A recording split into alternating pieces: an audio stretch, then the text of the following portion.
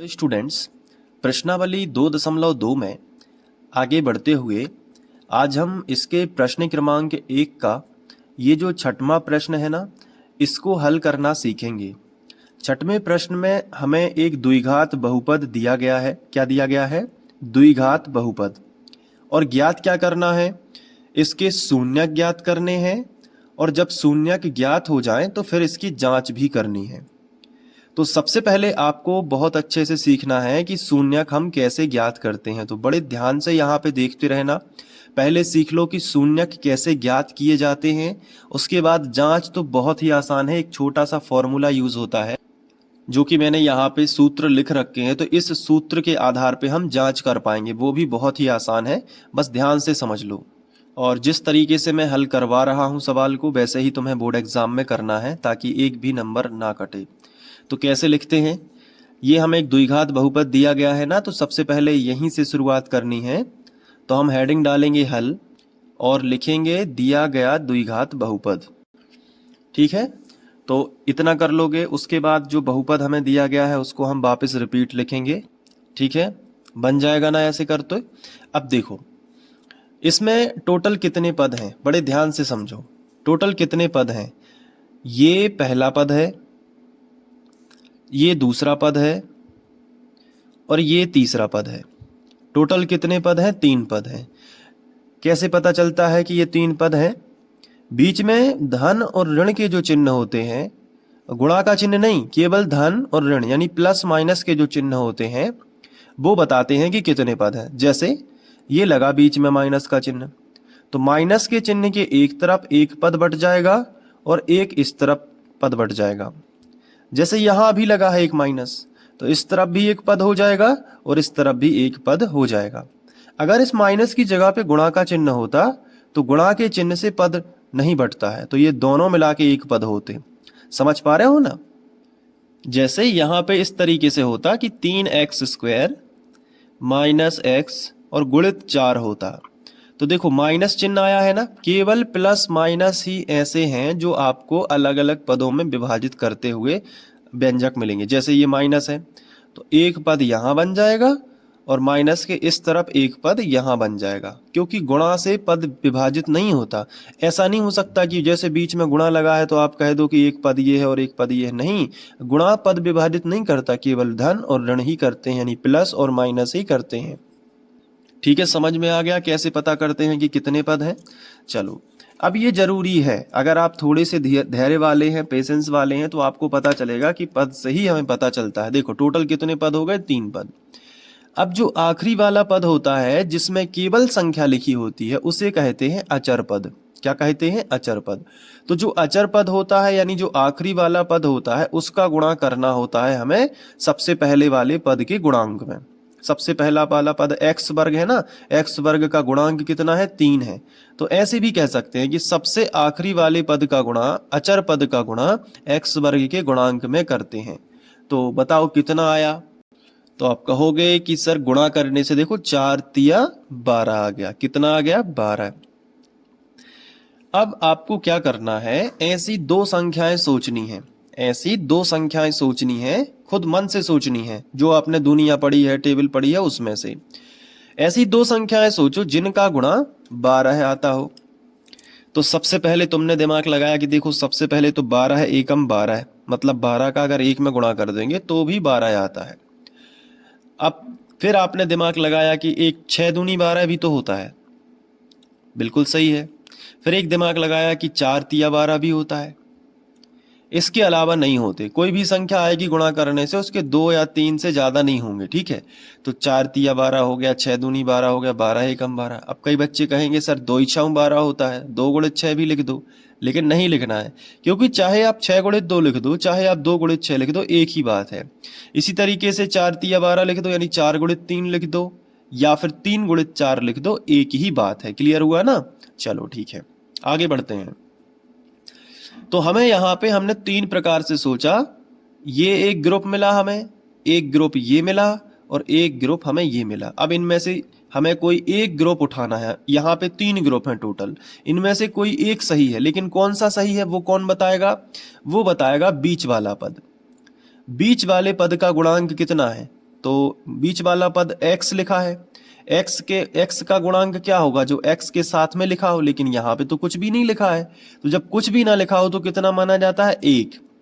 तो बीच वाले पद का गुणांक कितना है, 1 है। वो भी किसका, माइनस का 1 है, क्योंकि ये माइनस लगा है ना, तो माइनस का 1 है, ऐसे समझो। तो माइनस आ गया। तो अब इन तीनों ग्रुप में से जिन दो संख्याओं के बीच का अंतर 1 होगा वही सिलेक्ट हो जाएगी। तो 12 और 1 के बीच का अंतर 11 है, 6 और 2 के बीच का अंतर 4 है, क्योंकि 6 में से 2 घटाएंगे तो 4 ही बचेंगे ना। लेकिन 4 और 3 का अंतर 1 है, देखो इनके बीच में 1 का ही डिफरेंस है। 3 में 1 जोड़ो तो 4 होता है, या 4 में से 3 घटाओ तो 1 बनता है। तो ये वाला ग्रुप हम चुन लेंगे। अब लेकिन हमें चाहिए माइनस का 1, तो बड़ी संख्या हम माइनस की करेंगे और छोटी संख्या प्लस की कर देंगे। तो माइनस का 4 में से प्लस का 3 अगर घटेगा भी तो माइनस का 1 ही तो बचेगा ना। अब चूंकि सवाल है x वाला, तो यहां भी x लगा लेंगे और यहां भी x लगा लेंगे, बन जाएगा ना ये सवाल। तो देखो कैसे करना है। अब ये जो बीच वाला पद है इसको नहीं लिखेंगे, इसकी जगह पे ये 2 पद बढ़ गए, ठीक है। तो पहला पद और आखिरी पद ज्यों का त्यों रहेगा। तो देखो पहला पद जो है उसको लिखेंगे सबसे पहले 3x वर्ग, फिर ये वाला पद लिखेंगे माइनस का 4x, फिर ये वाला पद लिखेंगे प्लस का 3x।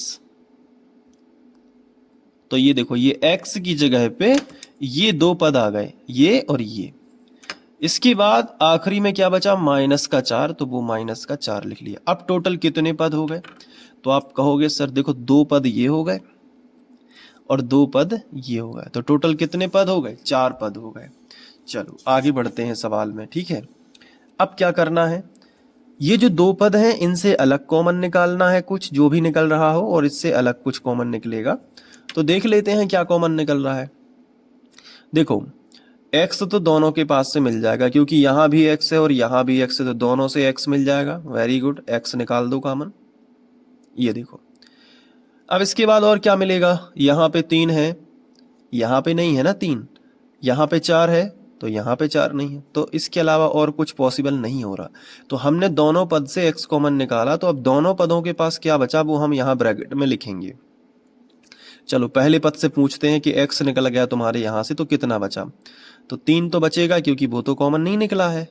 x के ऊपर 2 की घात थी, 1 निकल गया तो 1 बच गया, माइनस है तो माइनस लगा दो। यहां से पूछा इस वाले पद से कि x निकलने के बाद क्या बचा, तो उसने कहा देखो x निकल गया तो 4 बस बच गया। अब यहां आ जाओ। अब देखो 2 पद के बाद ये जो धन का चिन्ह लगा है उसको हम ज्यों कहते हैं धन का चिन्ह लगाएंगे। अब यहाँ देखो, यहाँ x है तो यहाँ नहीं है, यहाँ 3 है तो यहाँ नहीं है, यहाँ 4 है तो यहाँ, इनमें से कुछ भी कॉमन नहीं है। जब कुछ भी कॉमन ना निकले तो एक कॉमन निकाल के ये पूरा लिख दो कोष्टक में, तो 3x - 4। अब ये वाला ब्रैकेट और ये वाला ब्रैकेट अगर एक सा आ जाए तो समझ लो सवाल सही जा रहा है। तो ये 2 जगह हैं तो इनको एक जगह लिख लो, तो 3x - 4 एक जगह हमने लिख लिया, और बचा क्या, x + 1, इसको लिख लिया। क्लियर है ना, तो ये लिख लिया। अब चूंकि ये तो गुणनखंड निकले हैं, हमें निकालने हैं शून्यक, क्योंकि क्वेश्चन में क्या बोला गया था कि शून्यक ज्ञात कीजिए।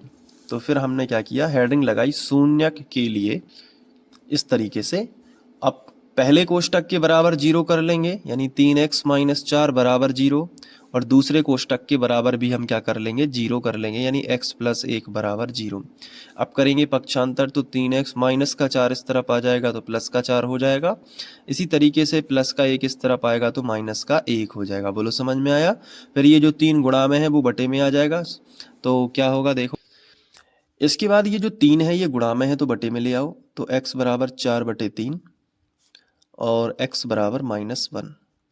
ये देखो अब क्या करना है, अब ये तो निकल आए शून्यक, अब करनी है जांच।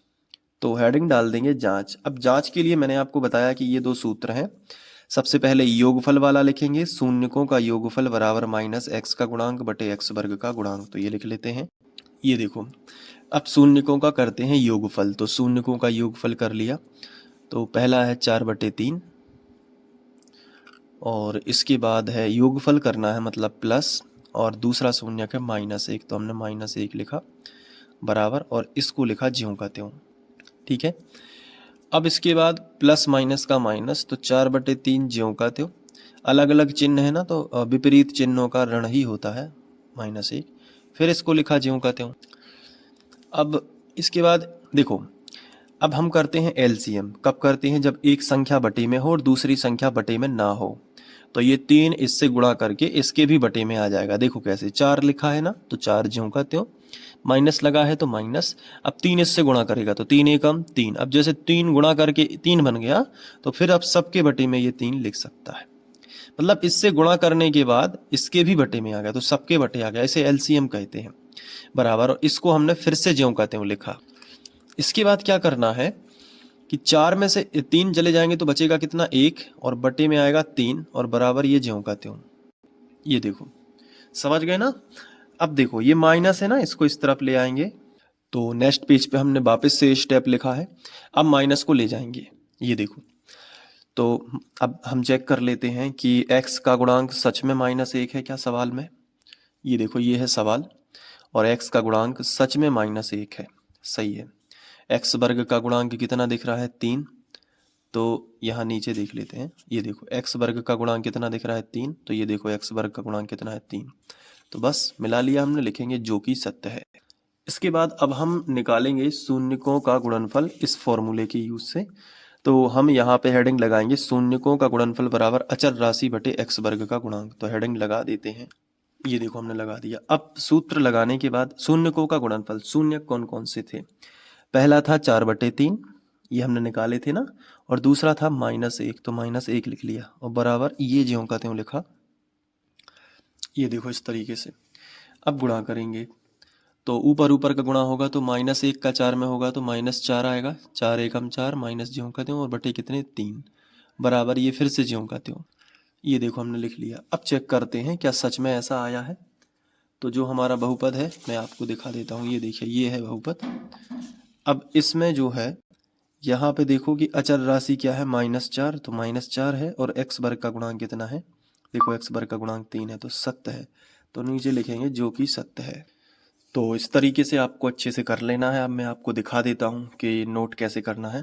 तो ये देखिए, यहाँ से आपको नोट करना है, इसके बाद यहाँ पे,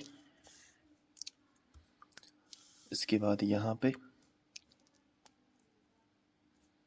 फिर यहाँ पे, इसके बाद यहाँ। ठीक है, इसको अच्छे से कर लेना। इसके बाद अब हम लोग अगला क्वेश्चन करेंगे। Thank you.